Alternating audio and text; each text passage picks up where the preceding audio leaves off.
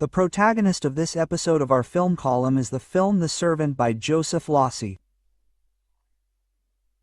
The Servant is a 1963 film, based on the 1948 novel of the same name by Robin Maugham and written by Harold Pinter, with whom the director Losey collaborated on several occasions. The Servant is one of the masterpieces of British cinema of the 1960s, as well as one of the most representative films of the collaboration between Losey and Pinter. The Servant is a deeply disturbing and ambiguous work that delves into power relations, the psychology of domination and submission, and class games, as well as the moral decadence of the post-war English bourgeoisie. The young aristocrat Tony, played by James Fox, hires the servant Barrett, played by Dirk Bogarde, an impeccable servant on the surface, but Barrett gradually begins to take control of the house and the life of his master, manipulating him and pushing him towards dependency and degradation. The relationship gradually turns upside down until it becomes an ambiguous game of power, sexuality, and identity annihilation. The main themes of The Servant are social class and domination. In fact, the film overturns the classic master-servant relationship, showing how the servant can become the dominator using psychological control, manipulation, and the moral weaknesses of his superior. Another point is bourgeois decadence. The American Osei, who emigrated to the United Kingdom because of McCarthyism, shows an England in crisis of values, where the old certainties of the aristocratic elite are wavering. The third point is sexual and psychological ambiguity. The bond between Tony and Barrett is deeply charged with latent tensions with erotic and sadomasochistic undertones that reflect the annihilation of identity and traditional roles. Finally, there is space as a symbol. The house in which almost the entire film takes place becomes a claustrophobic and mental labyrinth, a symbol of the invisible dominion that Barrett exerts. In terms of style and direction, Oz adopts a dark, claustrophobic, as we have said, and symbolic visual style, aided by Douglas Slocum's expressionist photography. The use of mirrors, angled shots, and shadows creates a constant feeling of unease and reflects the disruption of identity. Finally, Harold Pinter's script is essential, full of innuendo, silences, and pauses charged with meaning. The Servant is a political parable. Although it is a personal psychological story, The Servant can also be chosen as a political parable, the class struggle that does not result in emancipation, but in the perversion of roles and mutual degradation. O.E., a Marxist director, sees it as a metaphor for the failure of the English class system and the spiritual emptiness of modern society. The Servant was the first of 3 collaborations between Joseph Losey and Harold Pinter. This film was followed by The Accident in 1967 and The Messenger of Love in 1971. These 3 films form a sort of social morality trilogy that explores the decadence of the English bourgeoisie, the underlying tensions in human relationships, and the shadowy areas of desire and power. Harold Pinter, the writer of the unsaid. Pinter was a master of the implicit. In his texts, the meaning lies not so much in what the characters say, but in what they do not say. Pinter's scripts are made up of silences, charged pauses, sentences that seem banal but that hide explosive tensions. Losey found in Pinter a perfect ally for his cinema. Both were interested in power and its hidden mechanisms. Both believed that the surface always concealed something dark. Pinter was British, Losey American, but a political exile. 2 different perspectives but united by a fierce criticism of English society. The result is a cinema in which the script works like a musical score made of rhythmic tension, ellipses, and sharp dialogues. The Servant is the most radical example. Losey is his career from America to the United Kingdom. Joseph Losey was forced to leave Hollywood in the 1950s because of McCarthyism. He refused to testify before the House Un-American Activities Committee and was blacklisted, At this point Losey took refuge in the United Kingdom, where he reinvented his career by moving from genre films to increasingly sophisticated, dark and intellectual works. The Servant marks a turning point. Before this film Losey had already filmed in England, but with The Servant he abandoned all commercial compromises. He began his most important period in which he combined European aesthetics, Marxist political thought and psychological analysis.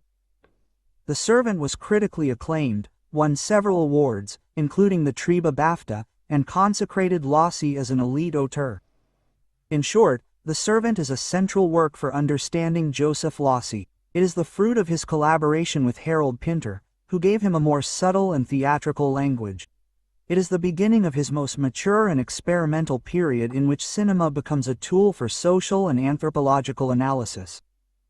The Servant shows how the private dimension, the master-servant relationship, is inseparable from the political dimension, the class struggle. The Servant is also a film that does not age because it continues to speak of power, manipulation, identity and dependency in ways that still resonate today, comparing it with The Accident and The Messenger of Love. After The Servant, he and Pinter continued their partnership with two equally significant films that ideally conclude a trilogy on the repression, hypocrisy and moral failure of the English ruling class. First, The Accident of 1967. An Oxford professor played by Dirk Bogarde finds himself involved in an ambiguous love triangle with a student and a young woman. The titular incident, a mysterious car crash, becomes the starting point for investigating the relationships, desires, and lies behind academic appearances. The common themes between the incident and The Servant are the repression of desires, the moral ambiguity of the bourgeoisie, and the use of fragmented and nonlinear narrative time. As for the differences between the two films, The Incident is more refined, almost abstract. The atmosphere is less claustrophobic, but just as suffocating on an inner level. The protagonist of The Incident does not undergo a transformation at the hands of another as Tony did with Barrett, but self-destructs under the weight of his hypocrisy. And then, of course, there is the third film, The Messenger of Love from 1971, which is set in the English countryside in the early 1900s and tells the story of a young man who acts as a secret messenger between a young aristocrat and her lower-class lover. The story is told in flashbacks by an adult man scarred by the trauma of those events.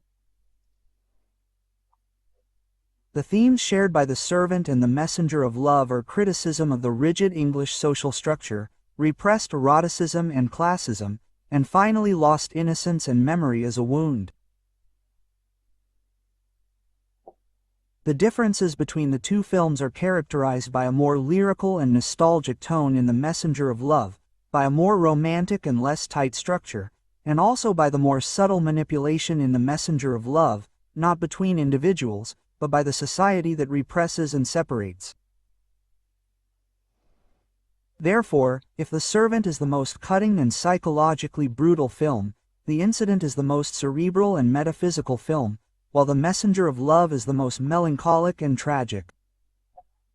Together they form an X-ray of the English bourgeoisie in its slow decline, narrated through different but coherent styles. Visual style and interpretation in The Servant. Losey constructs an oppressive visual environment that reflects the transformation of the characters and the reversal of roles. There is the symbolic use of space. The bourgeois home is transformed into a theater of domination. The corridors lengthen, the rooms close in, the corners become visual traps, and then we have the mirrors and reflections that symbolize the split identity. The protagonist ends up seeing himself reflected in his servant.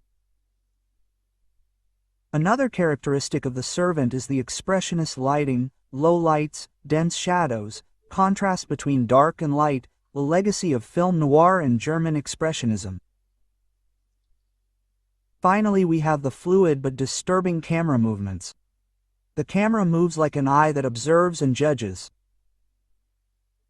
All this contributes to making the servant's environment almost hallucinatory, as if reality were slowly collapsing. And now let's look at the performances in The Servant. Dirk Bogarde, who plays Barrett, is memorable. His Barrett is at first submissive and impeccable, then devious, manipulative, and finally openly dominant. Corette alternates between gentle, sarcastic, threatening and ambiguous tones with icy mastery, and also represents a servile class that has learned to know the weaknesses of its masters and uses them against them. The master Tony is played by James Fox. Tony starts out as a self-confident aristocrat and ends up in a state of childish dependence. Actor James Fox shows well the psychological and social regression of his character, from master to slave, from adult to child. And finally, his transformation is a mirror image of that of Barrett in a psychological hall of mirrors. Sarah Mills and Vendi Craig play the two female figures who are less central but fundamental in destabilizing or strengthening the male dynamics. In particular, Vera, played by Sarah Mills, is used by Barrett to corrupt Tony, a sexual and power tool. Final consideration. The Servant is a work that thrives on internal tension built on the contrast between social rules and subterranean drives. Pinter the Osei creates a cinematic language made of pauses, symbols, and visual details, which culminates in one of the most lucid analyses of the crisis of bourgeois subjectivity. In the cinema of VO, please like the video if you enjoyed it, remember to subscribe to the channel and activate the notification bell for new videos on Dante channel.